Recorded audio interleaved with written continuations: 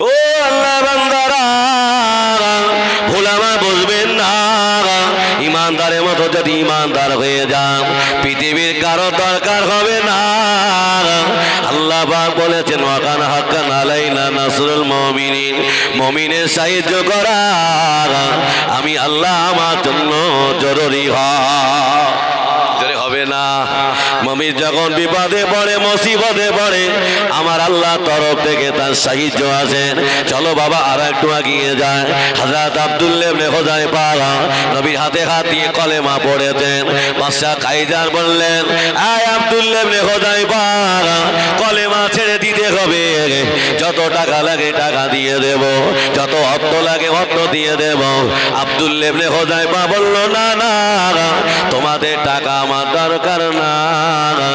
আমি আব্দুল্লাহ ইবনে হুযায়ফা আমার নবীর কলেমাটা ছাড়বো না। একটু জোরে হবে না? সব দিয়ে দেবে, কলেমা ছাড়বে না। বাদশা কি করলেন? আব্দুল্লাহ ইবনে হুযায়ফাকে গাছের সাথে বাঁধা হলো। বাবা আব্দুল্লাহ ইবনে হুযায়ফা এত মারা মারে, তবু কলেমা ছাড়ে না। বুঝতে পারছো তো? গাছে বেঁধে মারছে, কলেমা ছাড়ছে না।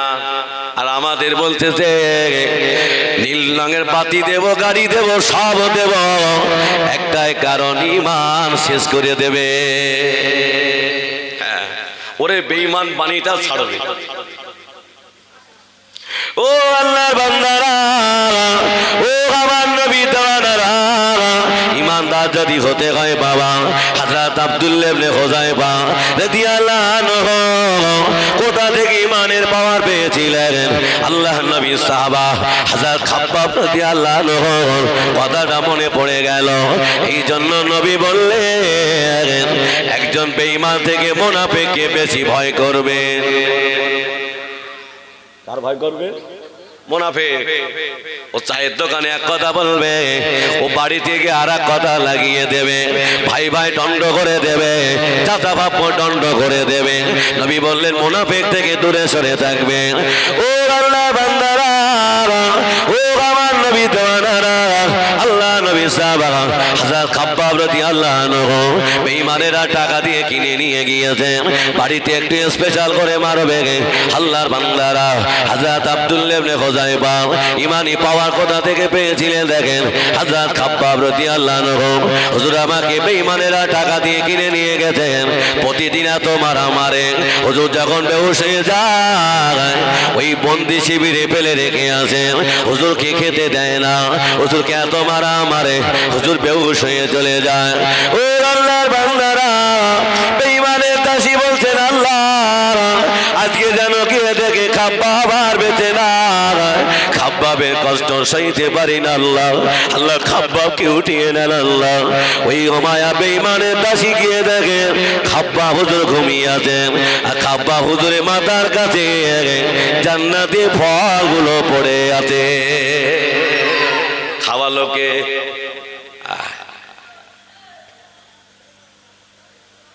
ও আল্লাহ বান্দারা, যুবকেরা, জওয়ানেরা, হযরত খাব্বাব রাদিয়াল্লাহু আনহু হুজুর আমার জেলখানায় আছেন বাবা।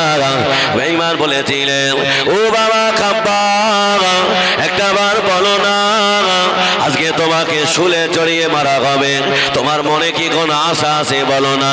হযরত খাব্বাব রাদিয়াল্লাহু আনহু বলেছিলেন, ও বেঈমানেরা, আমি খাব্বাব মারা যাব, আমি খাব্বাব বিদায় নেব, তবে আমার মনে বড় আশা, আমাকে একটা ধারালা বস্ত্র দাও, আমাকে এক লোটা পানি দাও, আমার ধারালা বস্ত্র দাও, আমি দু জায়গার লোমগুলো পরিষ্কার করতে চাই। হযরত খাব্বাবকে ধারালা বস্ত্র দেওয়া হলো, এক লোটা পানি দেওয়া হলো। হযরত খাব্বাব রাদিয়াল্লাহু আনহু হুজুর আমার উজু করে 2 রাকাত নামাজে দাঁড়িয়ে গেলেন। হুজুর আমার সারা ফিরিয়ে দোয়া করেন, আল্লাহ আমি খাব্বাব মরে যাব, আমি খাব্বাব মারা যাব, তবে আমি খাব্বাব বেঁচে থাকাকালে আল্লাহ আমার সালামটা আমার নবীর কাছে পৌঁছে দিও। আল্লাহ আমি খাব্বাব মারা যাব, আমার সালামটা নবীর কাছে পৌঁছে দিও। আল্লাহর বান্দারা হাজা খাব্বাব রাদিয়াল্লাহু আনহু হুজুর আবার নামাজ পড়ে নিলেন, হুজুর আবার দোয়া করে নিলেন। ও আল্লাহ বান্দারা, নবী সাহাবা খাব্বাব রাদিয়াল্লাহু আনহু শুলে চড়িয়ে দেওয়া হলো। হাজা খাব্বাব বলেছিলেন, আয় বেঈমানেরা, আমি খাব্বাব মারা যাব, আমি খাব্বাব বিদায় নেব। তবে সত্য হলো আমি খাব্বাব আমাকে যখন শুলে চড়িয়ে দেবে, আমার চেহারাটা একটু কাবার দিকে ফিরিয়ে দেবে, আমার চেহারাটা একটু কাবার দিকে ফিরিয়ে দেবে। বেঈমানেরা খাব্বাব হুজুরের চেহারাটা কাবার দিকে না করে কাবার দিকে পিছনটা করে দিয়েছে, পায়খানা রাস্তা দিয়ে শুল ঢুকিয়ে দিল। আল্লাহর ফেরেশতারা খাব্বাব হুজুরের চেহারাটা কাবার দিকে করে দিলে। আরো জোরে বলে, করালো কে? আল্লাহ। খাব্বাব রাদিয়াল্লাহু আনহু শুলে চড়িয়ে দেওয়া হলো, পেটের ভিতরে শুল ঢুকে যাচ্ছে। বেঈমানরা বললেন, এই খাব্বাব, এই 40 জন তীরন্দাজ দাঁড়িয়ে আছে, তোমাকে ঝাঁঝরা করে দেবে। খাব্বাব একটাবার বলো না, এই কষ্টটা তোমাকে না দিয়ে এই কষ্ট যদি তোমার নবীকে দেওয়া হতো, তুমি মনে মনে আনন্দ পেতে, মনে মনে খুশি হতে। এতটুকু কথা স্বীকার করে নিলে এই শুল থেকে তোমাকে বাঁচিয়ে দেওয়া হবে। হযরত খাব্বাব রাদিয়াল্লাহু আনহু বলেছিলেন, ও বেঈমানেরা, ও বেদিনেরা, আমি খাব্বাব আমার নবীকে মারা দূরের কথা, আমার নবী রাস্তা দিয়ে হেঁটে যাবে, আমি খাব্বাব বেঁচে থাকাকালে আমার নবীর পায়ে একটা কুলের কাঁটা পড়ে যাবে, আমি খাব্বাব অতটুকু কষ্ট সইতে পারবো না।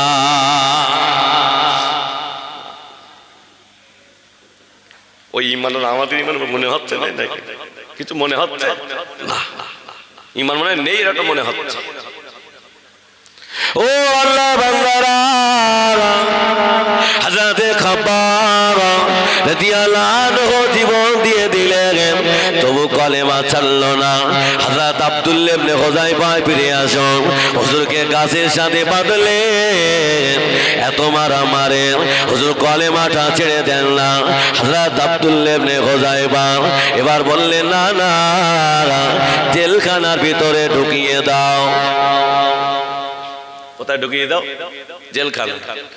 এখন তো কিছু করলে আগে জেলে দিয়ে দিচ্ছে, ঠিক তো না? আর কোনো গতি নেই, ওই একটাই শেষ।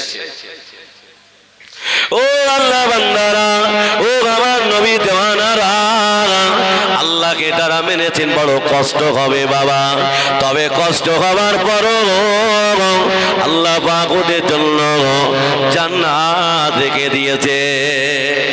একটু জোরে হবে না? ও আল্লাহর বান্দারা, আম্মা জান আসিয়ার কথাটা মনে পড়ে গেল। আম্মা জান আসিয়া ফেরাউন বলেছিলেন, আয় আসিয়া, তুমি কি আমাকে খোদা বলে মানো? আসিয়া, তুমি আমাকে খোদা বলে মানো? আম্মা জান আসিয়া, না, আমি তোমাকে খোদা বলে মানি না, আমি ওই আল্লাহকে আল্লাহ বলে মানি, যে আল্লাহ তোমাকে আমাকে সৃষ্টি করেছেন। একবার জোরে হবে না? আর একটু মন খুলে হবে না? কোন ফেরাউন? যে ফেরাউন মানুষকে মারার হুকুম দিতে, মার্ডার করার হুকুম দিতে। আজকে আমার সমাজে বাবা, এরা টাকার বিনিময়, এরা মানুষের বাবা খুন মার্ডার করতে দেরি করে না। ভুল বলছি নাকি? ও আল্লাহ বান্দারা, যুবকেরা, জওয়ানেরা, তবে এটা মনে রেখে দাও, তুমি কারোর উপরে জুলুম করেছো, অত্যাচার করেছো, কারো গালে চড় মেরেছো, ওই ব্যক্তি যদি তোমায় ক্ষমা না করে, আল্লাহ পাক তোমাকেও ক্ষমা করবে না। ক্ষমা করবে মনে হচ্ছে নাকি? না, অত সহজ না। যার কাছে অন্যায় করে তার কাছে ক্ষমা চাও। ও আল্লাহ বান্দারা, আম্মা আম্মা জান আসিয়া দাঁড়িয়ে আছেন। ফেরাউন বলে, আসিয়া তুমি কি আমাকে রব বলে মানো না? আম্মা জান আসিয়া বলল, না না, আমি তোমাকে রব বলে মানি না। ও আল্লাহর বান্দারা, আম্মা জান আসিয়া সকাল হয়ে গেল। ফেরাউন রাজ দরবারে নিয়ে গেলেন, জল্লাদকে ডেকে বললেন, জল্লাদ আসিয়া আমাকে রব বলে মানে কিনা দেখো। আম্মা জান আসিয়া চুপ করে দাঁড়িয়ে আছেন। আম্মা জান আসিয়ার পরনে থেকে কাপড়টা খুলে নেওয়া হলো।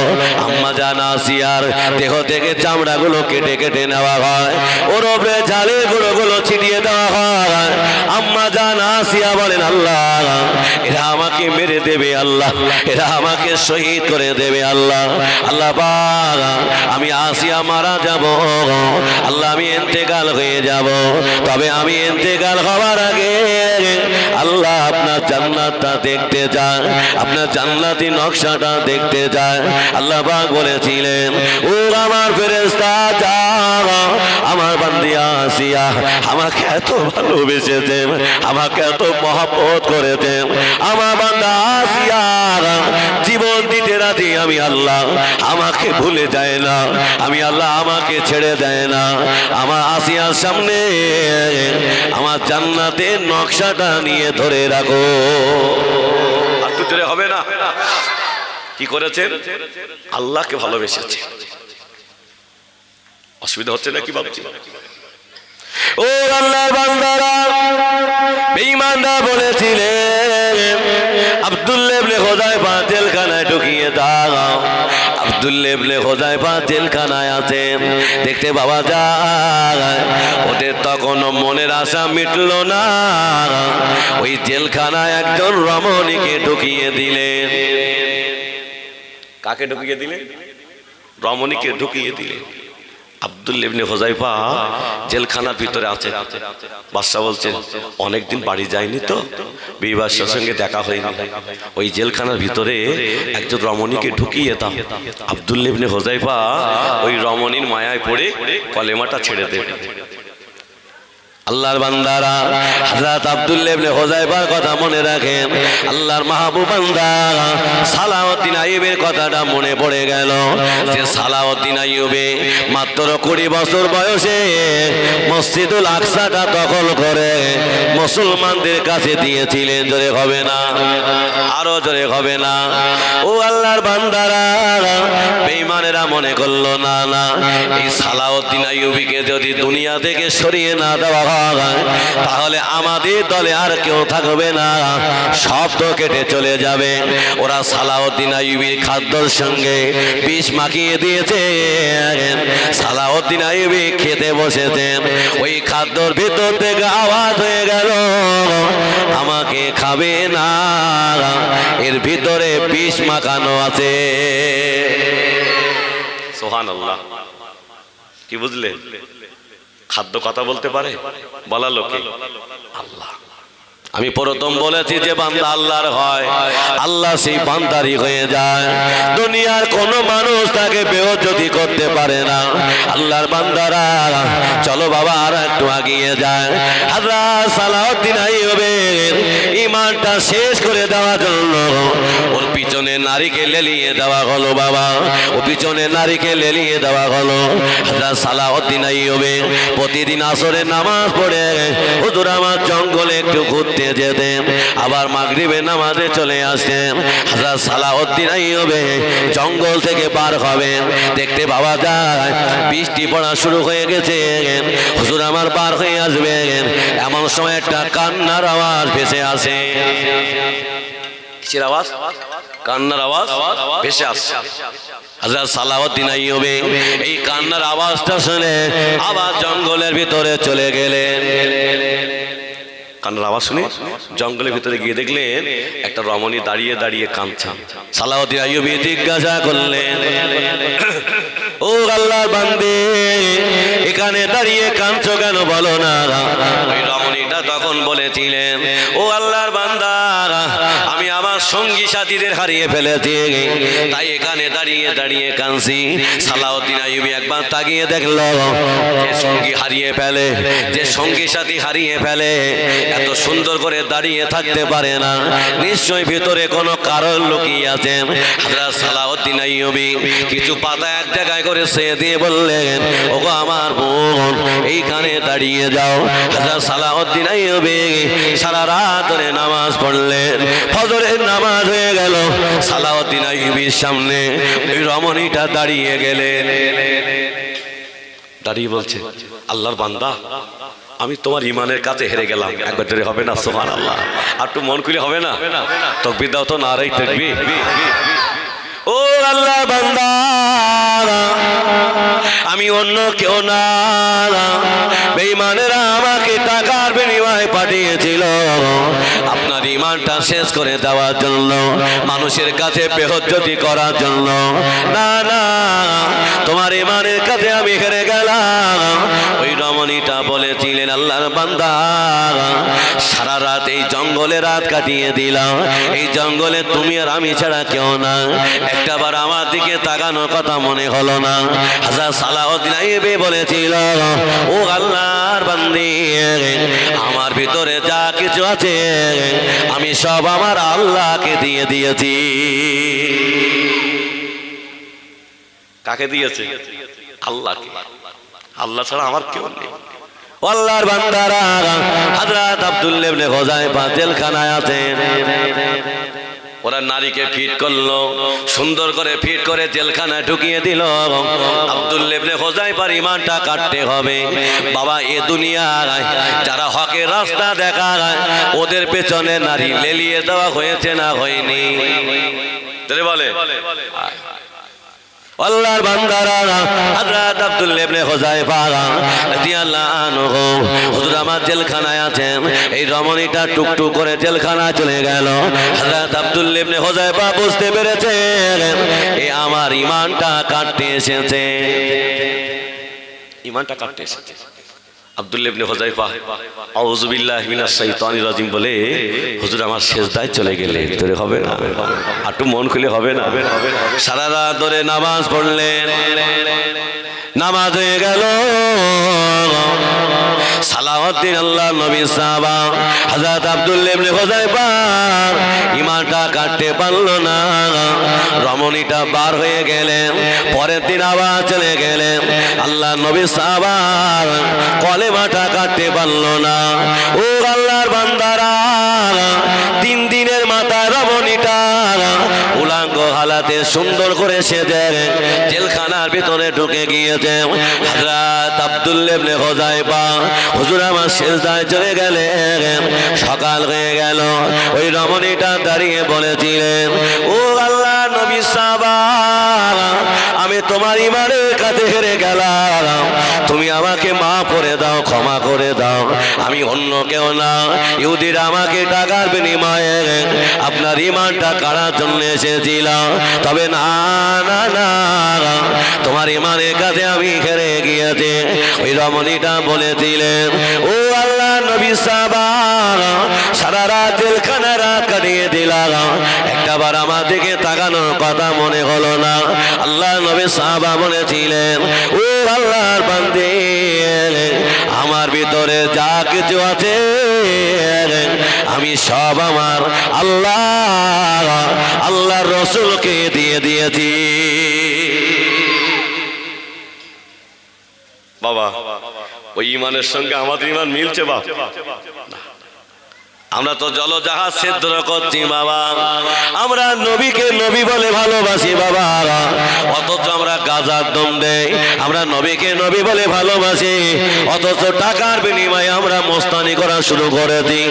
আল্লাহর বান্দারা, হযরত আব্দুল্লাহ ইবনে হুযায়ফার ওয়াফাতে কলেমা ছাড়লো না, হুজুরকে মারলো, কলেমা ছাড়লো না, জেলখানায় ঢুকিয়ে দিল, কলেমা ছাড়লো না, জেলখানার ভিতরে নারী লেলিয়ে দিল, কলেমা ছাড়লো না, কলেমা ছাড়তে পারলো না। বেঈমানরা বললে, আর কি কোনো কাজ বাকি আছে? বাবা, ওই নেতার পাশে কিছু ফেসও থাকে না, থাকে না, কথা বলেন না? চাচার ঘরেই এসে নেতাকে বলতেছে, নেতা চাচা বলো আইএসএফ করিল ভালো, ঠিক তো নাকি? অসুবিধা হচ্ছে নাকি বাবজি? তাকবীর দাও, নারে তাকবীর। বাদশা বললে আর কি কোনো কাজ বাকি আছে? ওই সময় বললি বাদশা আর একটা কাজ বাকি আছে। কি কাজ? আব্দুল্লাহ ইবনে হুযায়ফা জেলখানার সামনে যদি তেলের কড়াই তেল দিয়ে তেলগুলো টকবক করে ফুটবে, আর ওই জেলখানা থেকে একটা আসামিকে নিয়ে তেলের কড়াই ছেড়ে দেওয়া হয়, এই কষ্ট ডেকে আব্দুল্লাহ ইবনে হুযায়ফা এমনি কলেমা ছেড়ে দেবে। বেঈমানদের কত আশা দেখে। আব্দুল্লাহ ইবনে হুযায়ফা জেলখানার সামনে তেলের কড়ায় তেল দেওয়া হলো, তেলগুলো টকবক করে ফুটছে, জেলখানা থেকে একজন আসামিকে নিয়ে তেলের কড়ায় ছেড়ে দিয়েছে। ওই ব্যক্তিটা মারা যাওয়ার সময় আব্দুল্লাহ ইবনে হুযায়ফার চোখ দিয়ে টপটপ করে পানি গড়িয়ে যাচ্ছে। আব্দুল্লাহ ইবনে হুযায়ফার সামনে ওই ব্যক্তিটা মারা গেলে আব্দুল্লাহ ইবনে হুযায়ফা, ও আল্লাহ বান্দারা, হুজুরের চোখ দিয়ে টপটপ করে পানি গড়িয়ে যায়। ওই সময় বলেছিলেন, ওগো বাদশা নামদার আব্দুল্লাহ ইবনে হুযায়ফা মরণের ভয়ে কাঁদে। কার ভয়ে কাঁদে? মরণের ভয়ে কাঁদে। আব্দুল্লাহ ইবনে হুযায়ফাকে বললেন, ওগো বাবা আব্দুল্লাহ ইবনে হুযায়ফা, কাঁদতে হবে না, আমি তোমাকে মারব না, আমি তোমাকে ছেড়ে দেব, সত্য হলো কলেমাটা ছেড়ে দাও। আব্দুল্লাহ ইবনে হুযায়ফা বলেছিলেন, ও বাদশা নামদার, আমি মরণের ভয়ে কাঁদি না, আমি কাঁদছি আমার ওই ভাইটা আমার আগে জান্নাতে যায়। আমি আব্দুল্লাহ ইবনে হুযায়ফা, আমি আগে জান্নাতে যেতে পারি না, তাই দাঁড়িয়ে দাঁড়িয়ে আমার চোখের পানি গড়িয়ে যায়। আমার আগে জান্নাতে যাচ্ছে তাই কাঁদছি। আল্লাহ পাক, আল্লাহর বান্দারা, আল্লাহ পাক বলেছেন, যারা ইসলামের রাস্তায় শহীদ হয়ে যায় ওরা মরে না, ওরা মরে না, আল্লাহ ওদের জীবিত করে রেখে দেয়। আল্লাহর বান্দারা, আল্লাহ নবী যখন উহুদের ময়দান থেকে ফিরে নিয়ে আসলেন, আল্লাহ নবী সাহাবারা নবীকে বাড়িতে নিয়ে আসলেন, একজন রমণী ছুটে ছুটে চলে গেলেন, ইয়া রাসূলুল্লাহ, ইয়া হাবিবাল্লাহ, হুজুর আমার স্বামী কোথায়? হুজুর আমার স্বামী কোথায়? আল্লাহ নবী বলে, কে তোমার স্বামী? হুজুর আমার স্বামীর নাম হলো হানজালা। একবার জোরে হবে না সুবহানাল্লাহ? একটু মন খুলে হবে না? আল্লাহ নবী বলেছিলেন, ও হানজালার বিবি, তোমার স্বামী শহীদ হয়ে গিয়েছেন। আল্লাহ নবী বলেছিলেন, ও হানজালা বিবি, তোমার স্বামী শহীদ হয়ে গিয়েছেন। ইয়া রাসূলুল্লাহ, ইয়া হাবিবাল্লাহ, আমার স্বামী শহীদ হয়ে গিয়েছে। হুজুর আমার দুঃখ না, হুজুর আমার কষ্ট না, তবে ইয়া রাসূলুল্লাহ একটা কথা বলার জন্য এসেছিলাম। ইয়া রাসূলুল্লাহ, শহীদের লাশ গোসল দেওয়া হয় না, বিনা গোসলে কবর দেওয়া হয়। আমার স্বামীকে যেন বিনা গোসলে কবরটা দেবেন না, আমার স্বামীর উপরে গোসলটা করিয়ে নেবেন। আল্লাহ নবী বলেছিলেন, ও বাবা সাহাবারা, চলে যাও বাবা, আমার হানজালাকে আমি নবী আমার কাছে নিয়ে এসো। আল্লাহ নবী সাহাবারা উহুদের ময়দানে চলে গেলেন, হানজালা হুজুরকে খুঁজে পেলেন না। আল্লাহ নবী সাহাবারা চলে আসলেন, আল্লাহ পাক থাকতে পারে না, আল্লাহ পাক ফেরেশতা জিবরাইলকে পাঠিয়ে দিলেন, ওগো আমার ফেরেশতা জিবরাইল, চলে যাও, চলে যাও, আমার হাবিবকে জানিয়ে দাও, আমার দোস্তকে জানিয়ে দাও, হানজালা লাশ পাওয়া যাবে না। হানজালার উপরে আমি আল্লাহ এতটা রাজি হয়ে গিয়েছি, হানজালার উপরে আমি আল্লাহ এতটা খুশি হয়ে গিয়েছি, হানজালাকে নিয়ে আমার আরশ মহল্লায় জান্নাতের পানি দ্বারা গোসল দেওয়া হয়। জীবন দিয়েছে কিসের জন্য? ইসলামের জন্য, ভোটের জন্য না, বলো। এটা মাথায় রাখবে। ভোটে মরে যেন শহীদ পেল না। ও যুবকেরা, জওয়ানেরা, ইসলামের রাস্তায় যারা জীবন দিয়েছেন আল্লাহ ওদের আল্লাহ দরজা বাড়িয়ে দিয়েছেন।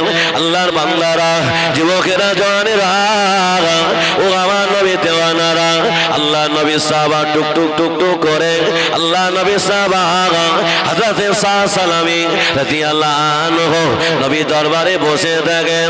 আল্লাহ নবী বলেন, ও বাবা সালামি, তুমি কেন কাঁদো? ইয়া রাসূলুল্লাহ, ইয়া হাবিবাল্লাহ, আমি কেন কাঁদি আপনি জানেন না। হুজুর আমি কুৎসিত বলে, হুজুর আমি কালো বলে কেউ আমার সাথে বিয়ে করতে চায় না। দেখেন কিসের জন্য জীবন দিয়েছেন, আর আল্লাহ তাআলা ইজ্জত কত বাড়িয়ে দিয়েছেন। একবার জোরে হবে না সুবহানাল্লাহ? তাকবীর দাও তো, নারায়ে তাকবীর। আল্লাহ নবী বলেছিলেন, ও বাবা সালামি, কেন কাঁদো বলো না? ইয়া রাসূলুল্লাহ, আমার জীবনে সব সুন্নত মেনেছি, আমার একটা সুন্নত মানা হয় না, আমার বিয়ে হয় না।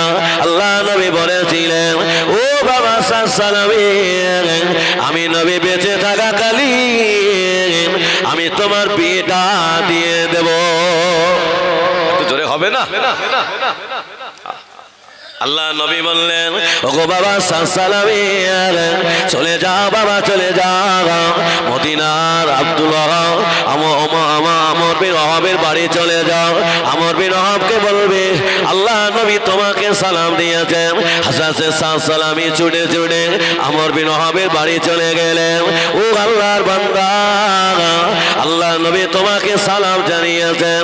আমর বিন ওয়াহাব বিবিকে ডেকে বললেন, ওগো আমার বিবি, ওগো আমার বিবি, নবী আমাকে সালাম দিয়েছেন। মনে বড় আনন্দ, মনে বড় খুশি হয়ে গেলেন। আল্লাহ নবী সালামি আবার বলেছিলেন, ওগো আল্লাহর বান্দা, ওগো আল্লাহর বান্দা, আমার দিকে একটু আগে আসো। আল্লাহ নবী আর একটা কথা জানিয়েছেন, ওই কথাটা হলো আপনার ওই সুন্দরী মেয়েটা আমি সালামি আমার জন্য বিয়ের প্রস্তাব পাঠিয়েছেন। কি বললেন? নবী আমাকে পাঠিয়েছেন আপনার সুন্দর মেয়েটার সাথে আমার বিয়ের প্রস্তাব পাঠিয়েছেন। সালামির সামনে বললেন, না না, এত কালো দেখতে আমার মেয়ের সাথে বিয়ে হতে পারে না। একটু আগে কি বলছিল? বিবি নবী আমাকে সালাম জানিয়েছেন, মনে খুব খুশি। একটু আবার পরে বলছেন, না না, তোমার সাথে আমার মেয়ে বিয়ে হতে পারে না। আল্লাহর বান্দারা, আল্লাহর বান্দারা আমর বিন ওয়াহাব বিবির সাথে বললেন, ওগো আমার বিবি, আল্লাহ নবী আমাদের মেয়ের জন্য বিয়ের পাত্র পাঠিয়েছেন। আমর বিন ওয়াহাবের বিবি রাজি হলো না। এই কালো খুশি দেখতে আমার মেয়ের সাথে বিয়ে হতে পারে না। আল্লাহ নবী সাহাবা মনটা বড় খারাপ, কাঁদতে কাঁদতে নবী দরবারের দিকে যান। আমর বিন ওয়াহাবের মেয়ে শুনতে পেয়েছেন আল্লাহ নবী আমার জন্য বিয়ে পাত্র পাঠিয়েছেন। মেয়েটা জিজ্ঞাসা করলেন, ও আমার আব্বা জান, কি কথা বললে বলো না? ওই সময় বলেছিলেন, মা নবী তোমার জন্য বিয়ের পাত্র পাঠিয়েছেন, বিয়ের প্রস্তাবটা পাঠিয়েছেন। ওই মেয়েটা তখন বলেছিলেন, ও আমার আব্বা জান, যে নবী তোমাকে সালাম দিয়েছেন, মনে মনে বড় খুশি হয়ে গিয়েছ। ওই নবী তোমার মেয়ে পাত্র পাঠিয়েছেন, ওই মেয়ে তোমার মেয়েটার বিয়ের প্রস্তাব পাঠিয়েছেন। এতে তুমি খুশি হলে না, এতে তুমি রাজি হলে না, তুমি নবীকে কেমন করে মানলে? এই কথা যেমনি বলেছেন, মেয়েটা তখন বলেছিলেন, ওগো আমার আব্বা, তুমি রাজি না হলে আমি নবীর কথা রাজি হয়ে গেলাম। একটু জোরে হবে না? আমার বিল হবে, মাথা টলে গেছে। আল্লাহ, এটা যে আমার নবী পাঠিয়েছে, এটা আমার নবীর প্রস্তাব। আমর বিন ওয়াহাব ছুটে ছুটে আল্লাহ নবী দরবারে চলে গেলেন। হবে না সুবহানাল্লাহ? ইয়া রাসূলুল্লাহ, ইয়া হাবিবাল্লাহ, আমাকে মাফ করে দেন হুজুর, আমি বুঝতে পারি না, আমাকে ক্ষমা করে দেন ইয়া রাসূলুল্লাহ। আপনার ওই সাহাবার সাথে আমার মেয়ের বিয়ের জন্য রাজি হয়ে গেলাম। হুজুর আমি রাজি হয়ে গেছি। আল্লাহ নবী বললেন সাল্লাল্লাহু তোমাকে বিয়ে করতে যেতে হবে। সাল্লাল্লাহু দাঁড়িয়ে দাঁড়িয়ে কাঁদছে। আল্লাহ নবী জিজ্ঞাসা, বাবা আবার কাঁদছো কেন? বিয়ে তো ঠিক করে দিয়েছি, কাঁদছো কেন? ইয়া রাসূলুল্লাহ, ইয়া হাবিবাল্লাহ, হুজুর আমি বিয়ে করতে যাব, আমার কাছে 3 মাহরানা পয়সা নাই, এই কারণে কেঁদে আমার চোখে পানি গড়িয়ে যায়। আল্লাহ নবী বললেন, ও আমার সাহাবারা, তোমাদের কাছে টাকা আছে বাবা, টাকাগুলো দিয়ে দাও, আমার সালামে বিয়ে করতে যাবে, বিয়ে 3 মাহরানা মিটাতে হবে। আল্লাহ নবী সাহাবারা সকলে টাকাগুলো দিলেন। ওই টাকাগুলো গুনে দেখতে পাওয়া যায় 9 দিরহাম হয়ে গেছে। একবার যদি হবে না, একটু মন খুলে হবে না? রাসূল বললেন, সাহাবা আমার ফাতেমার বিয়ের দিন মহড়া ছিল 6 দিরহাম, তুমি তোমার বিয়ের জন্য আমি নবী ধার্য করে দিলাম 6 দিরহাম। একবার যদি হবে না? সুবহানাল্লাহ। নবী কারোর আগ পিস করতেন না, নবী যেটা করতেন সাহাবাদও সেটা শিখাতেন। একবার যদি হবে না? সুবহানাল্লাহ। আর এই 300 দিরহাম নিয়ে তোমার জন্য জিনিসপত্র কিনে নিয়ে ঘরটা সুন্দর করে সাজাবে।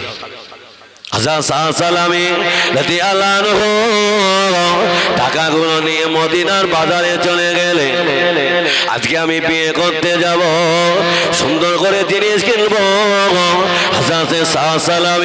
মদিনার বাজারে চলে গেলেন, হুজুর আমার দাঁড়িয়ে আছেন। এমন সময় আল্লাহ নবী সাহাবা আওয়াজ দিলেন, ও আমার নবী সাহাবারা, কে কোথায় আছো? জিহাদের ময়দানে যেতে হবে, যুদ্ধের দামামা বেজে গেছে।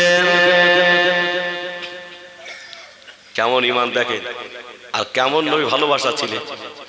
বিয়ে করতে যাবে একটা রাস্তা, জিহাদের ডাক এসেছেন আর একটা রাস্তা।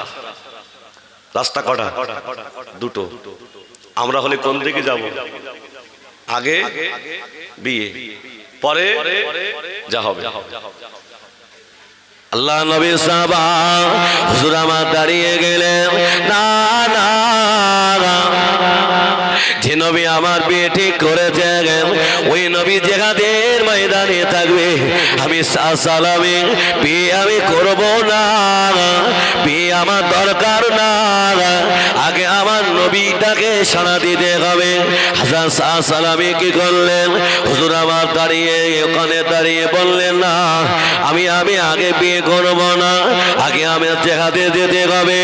ও আল্লাহর বান্দারা, হুজুর আমার টাকাটা নিয়ে যুদ্ধের জন্য হেলমেট কিনলেন, যুদ্ধের জন্য গায়ে জামা কিনলেন, হুজুর আমার তরবারি কিনলেন, ঢাল কিনলেন।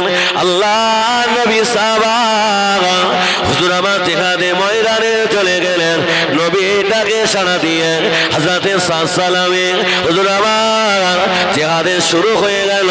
দেখতে পাওয়া যায় কিছুক্ষণের ভেতরে হযরত সালামীকে বেঈমানেরা শহীদ করে দিয়েছেন, আল্লাহ নবী সাহাবাদের শহীদ করে দিয়েছেন। যুদ্ধ হয়ে গেল, জিহাদ হয়ে গেল। আল্লাহ নবী বলতেন, ও আমার সাহাবারা, আমার হাত দুটি ধরো বাবা, আমার যে সাহাবারা শহীদ হয়েছেন আমি নবী ওদের চেহারাগুলো দেখতে চাই। কি নবী! আল্লাহ নবী সকলের চেহারাগুলো দেখতে। মসজিদ নববীতে কেউ নামাজ পড়তে না গেলে নবী তাকিয়ে তাকিয়ে দেখতেন, অমুক আসেনি। আল্লাহ নবী হুজুর আমার জিহাদের ময়দানে তাকিয়ে তাকিয়ে দেখলেন, ও আল্লাহর বান্দারা, নবী আমার তাকিয়ে দেখলেন কালো একটা ড্রেস, কালো একটা পোশাক মুড়ি দেওয়া, একটা একটা ব্যক্তি শুয়ে আছেন। আল্লাহ নবী বললেন, ও আমার সাহাবারা, ও আমার সাহাবারা, ওই ব্যক্তিটা কে পড়ে আছে বাবা? আল্লাহ নবী সাহাবারা গিয়ে দেখেন উনি অন্য কেউ না, হযরতে সাদ সালামী শহীদ হয়ে গেছেন। আল্লাহ নবী সাহাবারা বলেন, ইয়া রাসূলুল্লাহ, ইয়া হাবিবাল্লাহ, আপনার কলিজা সাহাবা সাদ সালামী শহীদ হয়ে গিয়েছেন। আল্লাহ নবী টুক টুক টুক টুক করে সাদ সালামীর পাশে বসে গেলেন। আল্লাহ নবী চেহারা থেকে মুখটা কাপড়টা নাড়িয়ে কেঁদে ফেললেন, ও আমার সাহাবারা, আমার সাদ সালামীর আজকে বিয়েতে যাবার কথা ছিল, আমার সাদ সালামী কেন যেখানে এসেছেন? আমার সাদ সালামী শহীদ হয়ে গিয়েছেন। আল্লাহ নবী হুজুর আমার বসে বসে কাঁদে। আল্লাহ নবী কাঁদতে কাঁদতে মাথাটা আসমানের দিকে একবার উঁচু করে নবী আমার মিসকে মিসকে হাসেন। আল্লাহ নবী মাথাটা আবার নিচু করলেন।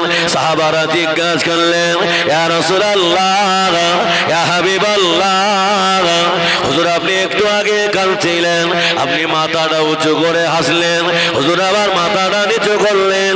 আল্লাহ নবী বলেছিলেন, ও আমার সাহাবারা, আমার সাদ সালামী আমার জন্য জীবন দিয়েছেন, ইসলামের জন্য জীবন দিয়েছেন।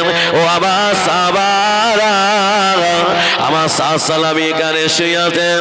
আমি নবী আরো সেদিকে তাকিয়ে দেখলাম, আমার সাদ সালামীর জন্য, আমার সাদ সালামীর জন্য জান্নাতের ভিতরে সুন্দর একটা ঘর সাজানো হয়। আমার সাদ সালামীর বিয়ের জন্য জান্নাতে একটা ঘর সাজানো হয়। আমি নবী ওই দৃশ্যটা দেখছিলাম, আমার মিসকি মিসকি হাসি পেয়ে গিয়েছিল। আল্লাহ নবী সাহাবারা বললেন, ইয়া রাসূলুল্লাহ, আপনি মাথাটা কেন হ্যাট করে দিলেন? আল্লাহ নবী বলেছিলেন, ও আমার সাহাবারা, আমার সাদ সালামীর উপরে আল্লাহ এতটা রাজি হয়ে গিয়েছেন, আল্লাহ এতটা খুশি হয়ে গিয়েছেন, আমার সাদ সালামীর আল্লাহ জান্নাতে হুরিরা ছুটে ছুটে আমার সাদ সালামীকে নিয়ে আসেন। ওদের কাপড় ঠিক থাকে না, তাই আমি নবী ওদের থেকে মাথাটা নিচু করে দিলাম। একটু জোরে হবে না? তাই জীবন দিয়েছেন ইসলামের রাস্তায়, আল্লাহ তো ইজ্জত বাড়িয়ে দিয়েছেন। জোরে হবে না? জিন্দাবাদ, আল্লাহু আকবার।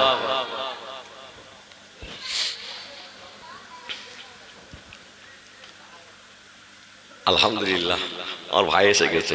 আপনারা খুশি না বেজার? তাকবীর দাও তো, নারায়ে তাকবীর, নারায়ে তাকবীর। একবার মুহাম্মাদে দরুদ, আল্লাহুম্মা সাল্লি আলা,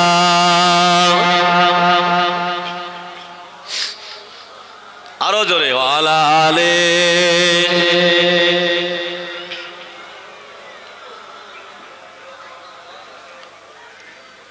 আমার ভাইয়েরা, আমার আব্বাজিরা, আমার প্রথম থেকে ওয়াজ ছিল নবীকে ভালোবাসতে হবে, আল্লাহকে মহব্বত করতে হবে, আর ঈমানটা মজবুত করতে হবে। ঠিক তো নাকি? ইনশাআল্লাহ হবে তো আমাদের? হ্যাঁ, হকের রাস্তায় দাঁড়িয়ে থাকতে পারবো তো নাকি? বলুন ইনশাআল্লাহ, বলুন ইনশাআল্লাহ। তাকবীর দাও, নারায়ে তাকবীর, আরো জোরে নারায়ে তাকবীর। তবে সত্য হলো বাবা, প্রথম বলেছি মোজাদ্দুজ্জামান দাদা পীর কেবলা, পাঁচ হুজুর পীর কেবলা, বসিরহাটের বড় মাওলানা আল্লামা হুজুর কেবলা, আসামের কন্যাকুমারী থেকে বাংলাদেশের বরিশাল পর্যন্ত এই বিস্তীর্ণ এলাকা পায়ে হেঁটে গরুর গাড়ি চড়ে শিরক বেদাতকে দূর করে গোলাপ ফুলের বাগান সাজিয়েছে। যদি হবে না সুবহানাল্লাহ? সেই বাগানে ভূত ঢুকে গেছে। হ্যাঁ, ভূত ঢুকে গেছে। এখন কি করছে? মাগরিবের নামাজে 3 রাকাত ফরজ নামাজ পড়ে দোয়া করছে না, জুম্মার দিনে 2 রাকাত ফরজ পড়ে চলে যাচ্ছে। এদিকে হয় না? হ্যাঁ, শুরু হয়ে গেছে। পয়সা বড়। আল্লাহর বান্দারা, যুবকেরা, জওয়ানেরা, ও আমার নবী দেওয়ানারা, আমি যে কথা বলছিলাম, যারা নবীকে ভালোবাসে না, নবী মানা যাবে না, পীর পীর মানা যাবে না যারা বলে ওরা কিয়ামতে আমার নবীর সুপারিশটা পাবে না। আর বলি মনে হচ্ছে নাকি না? বসিরহাটে বড় মাওলানা আল্লামা হুজুরের দরবারে যাবেন। আল্লামা হুজুর কেবলা হুজুর আমার 150 বেশি কিতাব লিখেছেন। আল্লামা হুজুর চেনেন তো আপনারা? চেনেন না? দাদা পীর কেবলা আল্লামা হুজুর কি বলতে ডাকতেন? বড় মাওলানা বলে ডাকতেন। একবার জোরে হবে না সুবহানাল্লাহ? আল্লাহর বান্দারা, যুবকেরা, জওয়ানেরা, বসিরহাটে বড় মাওলানা আল্লামা হুজুরের কথাটা মনে পড়ে গেল। আল্লাহ পাক কি এলেম তাকে দিয়েছিলেন। আল্লামা হুজুরের কিতাব যদি না থাকতো আমরা ঈমান নিয়ে কবরে যেতে পারতাম না। ঠিক তো নাকি? হ্যাঁ। ও বড় হুজুর, ও বড় হুজুর, আল্লামা হুজুর কিতাব যদি না থাকতো কোনো বড় হুজুর জন্মাতো না। ও আল্লাহ বান্দারা, যুবকেরা, জওয়ানেরা, বসিরহাটে বড় মাওলানা আল্লামা হুজুর কেবলা রহমাতুল্লাহ আলাইহি কত বড় আল্লাহর মাহবুব বান্দা ছিলেন। মুজাদ্দিদুল জামান বললেন, বাবা বড় মাওলানা চলো বাবা হজ পাকে যেতে হবে। আল্লাহর ওলি মুজাদ্দিদুল জামান হুজুরের 2 কলিজার টুকরার সাথে আছেন। বসিরহাটে বড় মাওলানা আছেন। একবার জোরে হবে না সুবহানাল্লাহ? আল্লামা হুজুর একটা কিতাব লিখলেন হজরে মাসাল। এই কিতাবটা লিখে বোম্বাইতে শহরে সবার কাছে দিয়ে দিলেন। কিতাবটা পড়ে জিজ্ঞাসা করছে, হুজুর আপনি কতবার হজ করেছেন? আল্লামা হুজুর বলছেন, আমি হজ করিনি, আমি এবার হজের নিয়ত করেছি। একবার জোরে হবে না সুবহানাল্লাহ? বলছে, হুজুর আপনি এত সুন্দর লিখেছেন, মনে হচ্ছে না আপনি বহুত হজ করেছেন। ওই সময় বলেছিলেন, ও আল্লাহ বান্দারা, কোরআনের হাফেজ দেখেছো বাবা, হাদিসের হাফেজ যদি দেখতে চাও বসিরহাটে বড় মাওলানা আল্লামা হুজুরের দিকে তাকিয়ে দেখো। জোরে হবে না? চিল্লে হবে না? মুজাদ্দিদুল জামান বললেন, ওগো বাবা বড় মাওলানা চলো বাবা মক্কা মদিনায় যেতে হবে। আল্লাহর ওলি মুজাদ্দিদুল জামান দাদা পীর কেবলাকে আল্লামা হুজুরকে নিয়ে হজ পাকে চলে গেলেন। আল্লাহর ওলি মুজাদ্দিদুল জামান কাবা শরীফ তওয়াফ করেন। লাব্বাইক আল্লাহুম্মা লাব্বাইক, লাব্বাইক লা শারীকা লাকা লাব্বাইক, ইন্নাল হামদা ওয়ান নি'মাতা লাকা ওয়াল মুলক। আল্লাহ বান্দা কাবা তওয়াফ করেন। তাকবীর, নারায়ে তাকবীর, নারায়ে তাকবীর। আলহামদুলিল্লাহ। আমার ভাইরা, আমার যুবকেরা, আমার জওয়ানেরা, আমার ভাইজান জন্য দোয়া করবেন। করবেন তো নাকি? হ্যাঁ। এই জামানায় প্রচুর ফিতনা শুরু হয়েছে। হ্যাঁ বাবা, দেখতে পাচ্ছ তো হুজুররা লেগে গেল, হুজুররা বাপ সব জব্দ করে দিচ্ছে একা। একটু দোয়া করবেন তো নাকি? করবেন তো নাকি? তাকবীর দেন, নারায়ে তাকবীর, নারায়ে তাকবীর। আগেই বলেছি যে বান্দা আল্লাহর হয়ে যায় আল্লাহ পাক সেই বান্দারই হয়ে যায়। যদি হবে না?